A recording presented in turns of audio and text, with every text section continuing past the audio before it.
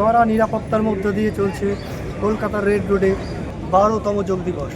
12তম যোগ দিবস আমরা পালন করছি।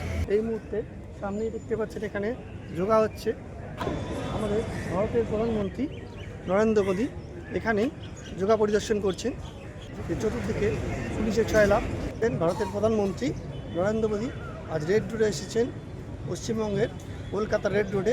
নরেন্দ্র মোদী এই মুহূর্তে যোগা পরিবেশন হচ্ছে।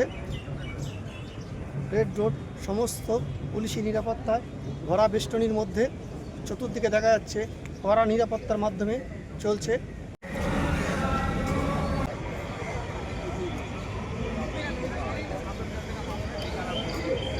সেন্ট্রাল বাহিনী এবং রাজ্য পুলিশের তৎপরতায় আন্তর্জাতিক যোগ দিবস পালিত হচ্ছে কলকাতার রেড রোডে।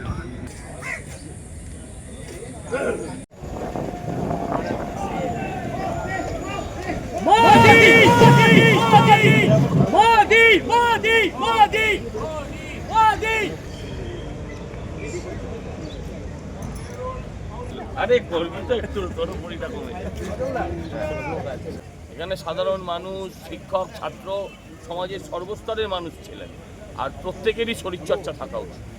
রাজনীতিবিদরাও সমাজেরই অঙ্গ, তারা তো আর মঙ্গল গ্রহের জীব না, সবার থাকা উচিত। সমগ্র পশ্চিমবঙ্গ জুড়ে আজ ঐতিহাসিক স্কুল, বিদ্যালয়, মাঠঘাট, বিভিন্ন জায়গায়, ইভেন গঙ্গা বক্ষে যেভাবে করে যোগ আমরা সবাই মিলে আন্তর্জাতিক যোগ দিবস পালন করলাম, তো এটা ইতিহাস তৈরি হলো আজকের দিন। ক্রীড়ামন্ত্রী এই বার্তা দিতে চাইছেন যে শুধুমাত্র 12তম আন্তর্জাতিক যোগ উৎসব এইভাবে পালন হবে না, প্রতিদিন ঘরে ঘরে পালন করতে হবে। আন্তর্জাতিক যোগ উৎসব শরীর ঠিক রাখার জন্য the great India Times, Abhijit ভদ্র।